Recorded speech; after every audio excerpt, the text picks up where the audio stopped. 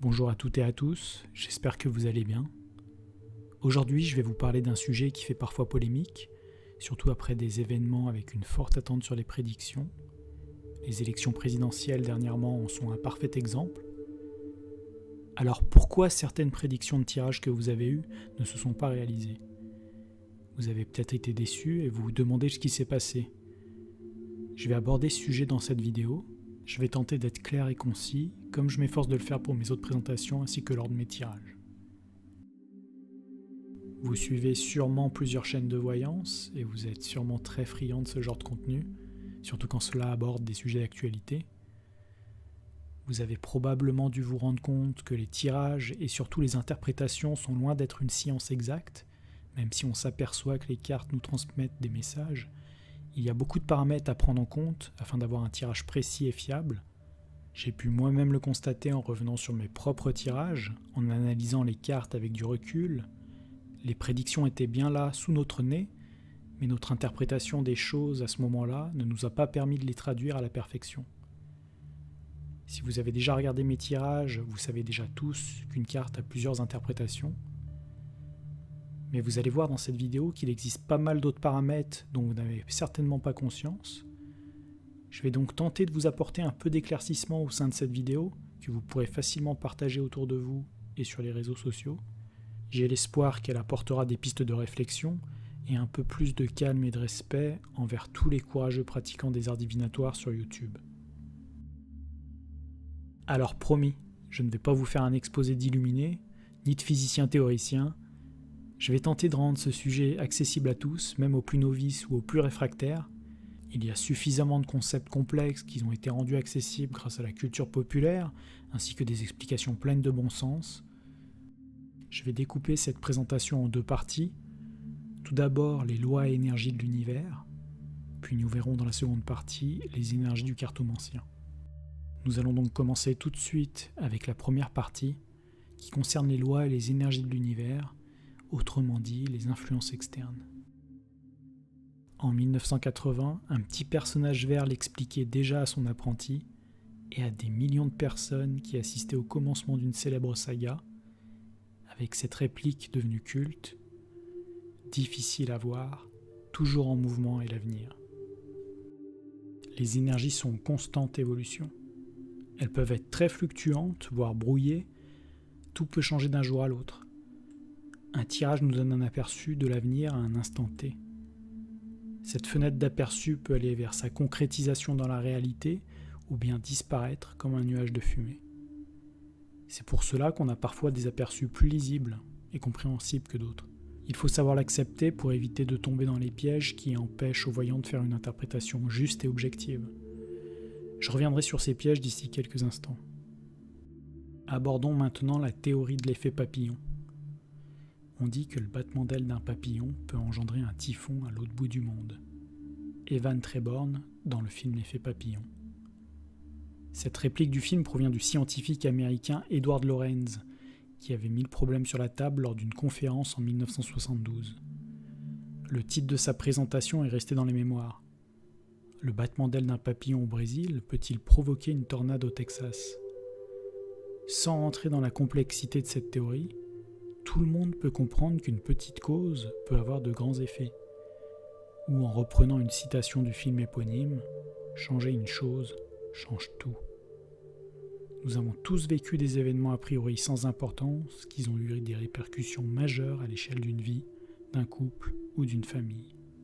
Par exemple, imaginez, un homme loupe son train, mais le train suivant lui permet de rencontrer sa future femme et mère de ses futurs enfants. Vous pouvez certainement imaginer l'effet domino qui s'ensuit. Passons au point suivant. En voyance, le temps n'existe pas. C'est une notion humaine, un concept relatif inventé seulement par les hommes. Il faut rappeler que les anges, nos guides, ne sont pas humains. Et les cartes ne sont pas des montres ou des calendriers.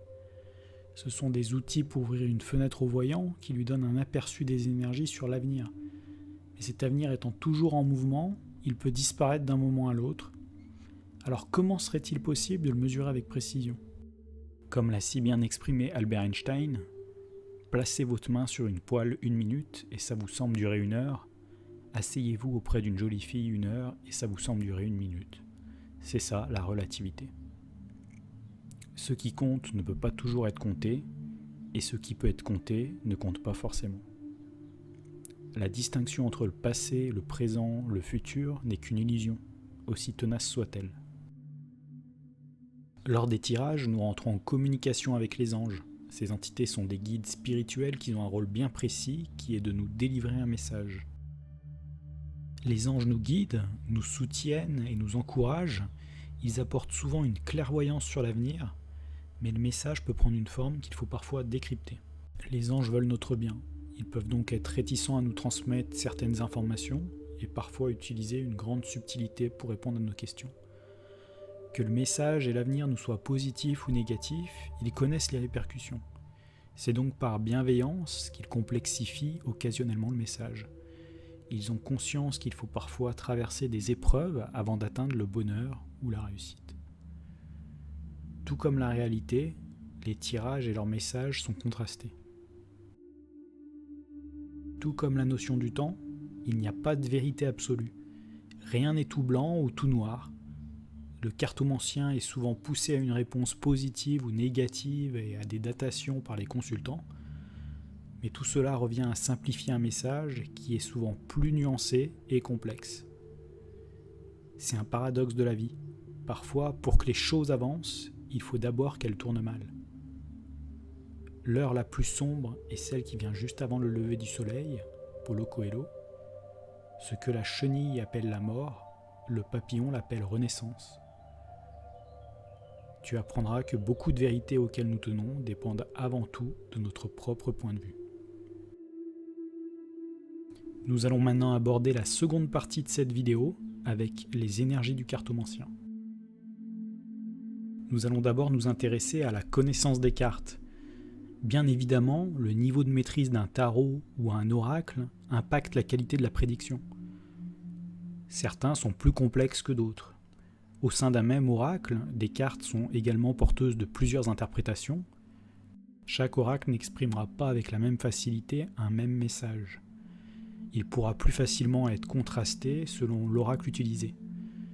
Il est donc tout à fait normal que le cartomancien, qu'il soit novice ou expérimenté, puisse rencontrer certaines difficultés à décrypter certains tirages. L'expérience permet un travail sur certains paramètres que nous aborderons dans quelques instants et qui rendent possible d'ajuster les prédictions. L'influence des opinions personnelles. Ils sont les pires ennemis du voyant. Comme un grand physicien l'a dit, il est plus facile de désintégrer un atome qu'un préjugé. Un voyant est un humain comme les autres, il a des opinions personnelles, et ceux-ci ont le pouvoir d'influer sur ses interprétations. Prenons par exemple le cas d'une élection présidentielle. Le voyant peut avoir des opinions personnelles positives ou négatives sur certains candidats qui vont polluer ses interprétations. Les jugements vont agir comme des filtres et empêcher le voyant de percevoir le plus objectivement possible les situations à venir. Cela va adoucir ou amplifier l'énergie de certaines cartes. C'est pour cela que le cartomancien doit apprendre à mettre le plus possible ses opinions personnelles de côté. Comme pour les opinions personnelles, le voyant a également des espoirs et des attentes. Dans un événement tel que l'élection présidentielle, si le voyant espère par exemple que Macron ne sera pas réélu, alors toutes les difficultés qu'il va rencontrer durant sa campagne ou tout ce qui sera en faveur de ses opposants seront des occasions pour le voyant de déformer son aperçu sur l'avenir. Comme pour les opinions personnelles, le voyant doit avoir conscience de ses attentes et ses espoirs, et apprendre à mettre cela de côté pour rester le plus neutre possible. Passons maintenant à l'influence sociale. C'est ce que tout le monde en dit et en pense. Même si on ne regarde pas la télévision, qu'on n'écoute presque pas les médias, nous sommes influencés, même inconsciemment, par ce qui se dit ou ce que la majorité pense. Durant la présidentielle, il y a les sondages, les médias, ce que notre entourage pense et dit, mais également une empreinte de l'élection précédente. On se souvient de ce qu'il se dit sur Mélenchon, Le Pen et Macron. Alors bien entendu, personne ne vit seul dans une grotte. Il faut apprendre à limiter l'impact de ce parasitage. Et cela est tout autant valable pour notre bien-être personnel que pour pratiquer un art divinatoire. Alors voici 2 citations sur le sujet. Rare est le nombre de ceux qui regardent avec leurs propres yeux et qui éprouvent avec leur propre sensibilité. Peu d'êtres sont capables d'exprimer posément une opinion différente des préjugés de leur milieu. La plupart des êtres sont même incapables d'arriver à formuler de telles opinions. Passons maintenant à un élément clé qui permet d'offrir une énergie neutre afin d'apporter de la justesse à un tirage. Nous allons parler du rôle du taux vibratoire. Toute chose matérielle, vivante ou non, est constituée d'atomes. Les atomes sont eux constitués d'électrons et d'un noyau qui possède une charge électrique. Par conséquent, tout est composé d'énergie. Le taux vibratoire est donc un niveau d'énergie. La médiumnité permet de faire le lien entre un émetteur d'énergie, par exemple un guide spirituel, et le médium qui devient alors le récepteur de cette énergie. Si le médium est un récepteur, autrement dit une antenne qui reçoit des messages d'une autre dimension, il lui est nécessaire de maintenir et optimiser sa réceptivité. Comme tout un chacun, le cartomancien a un taux vibratoire qui varie quotidiennement. Nous allons aussi voir qu'il n'y a pas que le cartomancien qui influence ce taux, mais aussi le lieu et les objets qui nous entourent. Les facteurs extérieurs peuvent influencer notre taux vibratoire. Par exemple, on peut se lever le matin en pleine forme, plein d'énergie, et durant cette belle journée, bam, un événement se produit, nous l'interprétons de manière négative, cela va nous plomber le moral. C'est à ce moment que notre taux vibratoire va baisser, car nous sommes dans des énergies négatives, on peut être en colère, stressé ou triste. Et l'inverse est également possible, on peut mal commencer la journée, sans motivation, et cela peut changer subitement grâce à une bonne nouvelle, une pensée positive, ou parce que l'on passe un bon moment. Les énergies positives entraînent un taux vibratoire plus élevé, et les énergies négatives entraînent un taux vibratoire plus bas. Il y aurait toute une vidéo à faire sur le taux vibratoire, je ne vais pas entrer dans les détails ici. Avoir un taux vibratoire haut signifie également voir la vie avec plus de détachement et avec une attitude positive. On tend à être plus indulgent, plus juste et respectueux. On apprend à vivre en respectant l'autre et en se respectant soi-même. Alors comment pouvons-nous augmenter et protéger notre taux vibratoire ? Plusieurs facteurs ont un impact sur notre taux vibratoire, comme notre façon de nous alimenter, notre hygiène de vie, notre niveau de stress, notre façon de nous informer et cultiver, notre lieu d'habitation, notre environnement, ont eux aussi un rôle à jouer dans notre taux vibratoire. Tout cela peut être rééquilibré avec de nouvelles habitudes et en s'entourant d'éléments à énergie positive. Prenons l'exemple de l'alimentation.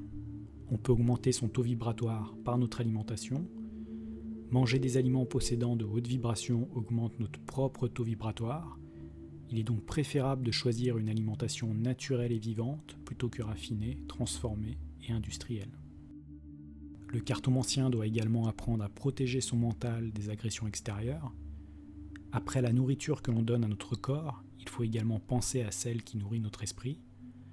Pour vous donner des exemples, on peut être tiré vers des énergies basses par les médias, des échanges toxiques, ou on peut attirer des énergies plus élevées en pratiquant des activités créatives, écoutant de la musique, faisant de la méditation, du sport, en aidant les autres, ou par les gratitudes et les affirmations positives. Il est important aussi de purifier son environnement régulièrement. Nous créons au quotidien des énergies négatives et invitons aussi des personnes parfois chargées d'émotions néfastes dans notre environnement. Ces énergies ont petit à petit un effet néfaste sur nous. Voilà pourquoi il est bien de purifier son environnement avec du Palo Santo ou de la sauge blanche par exemple. Mais pour gagner du temps, vous pouvez aussi utiliser la fleur de vie comme un diffuseur d'énergie qui va vous permettre de purifier votre lieu de vie. À vous de trouver la méthode qui vous convient le mieux. Personnellement, j'utilise au quotidien des éléments permettant d'augmenter mon taux vibratoire. Mon eau est dynamisée grâce à une carafe fleur de vie. La fleur de vie est présente dans toutes mes pièces de vie. Je me sers d'un tapis de divination avec la fleur de vie pour mes tirages, d'un plateau pour recharger mes oracles, et je porte un collier en pierre protectrice pour les arts divinatoires. Vous l'avez bien compris, votre taux vibratoire dépend avant tout de votre façon de vivre au quotidien. En sachant cela, À nous d'élever au maximum notre taux vibratoire pour attirer les énergies les plus élevées et positives. Si vous aussi vous souhaitez profiter des bienfaits de ces objets, symboles et cristaux, je vous offre 20% de remise sur ma boutique essencemana.fr pour vous remercier de votre soutien et présence sur ma chaîne YouTube. Pour ajouter une certaine morale à cette vidéo, voici un petit exemple pour l'illustrer. Si on vous prédit demain que vous allez trouver le bonheur et devenir riche, mais qu'ensuite vous rentrez chez vous et vous attendez les bras croisés que cela arrive, il est plus que probable que vous impacterez l'avenir en condamnant vos opportunités de réussite. Gardez bien en tête que les tirages sont avant tout là pour nous guider et que nous restons toujours maîtres de notre destinée. Pour conclure cette vidéo, je dirais que les tirages sont un aperçu et une lecture d'un possible avenir. À nous d'agir pour concrétiser la meilleure réalité. Comme vous avez pu le voir, j'apprécie fortement les citations et je vous laisse donc apprécier les 3 dernières que j'ai sélectionnées. Le monde ne sera pas détruit par ceux qui font le mal, mais par ceux qui les regardent sans rien faire. Que chacun raisonne en son âme et conscience, qu'il se fasse une idée fondée sur ses propres lectures et non d'après les racontards des autres. En apparence, la vie n'a aucun sens et pourtant, il est impossible qu'il n'y en ait pas un. Ne restons pas de simples spectateurs, élevons nos énergies, agissons pour attirer à nous la meilleure des réalités. Cette vidéo touche à sa fin, j'espère que ce sujet vous aura intéressé et permis d'en savoir plus sur les arts divinatoires. Merci à tous ceux qui vont liker cette vidéo, la partager, la commenter et s'abonner à ma chaîne. Vous pouvez me suivre sur Instagram, Facebook, VK, Telegram et mon site internet www.johan-guidance.fr. Je vous remercie pour votre soutien, prenez bien soin de vous et je vous dis à très vite pour un prochain tirage.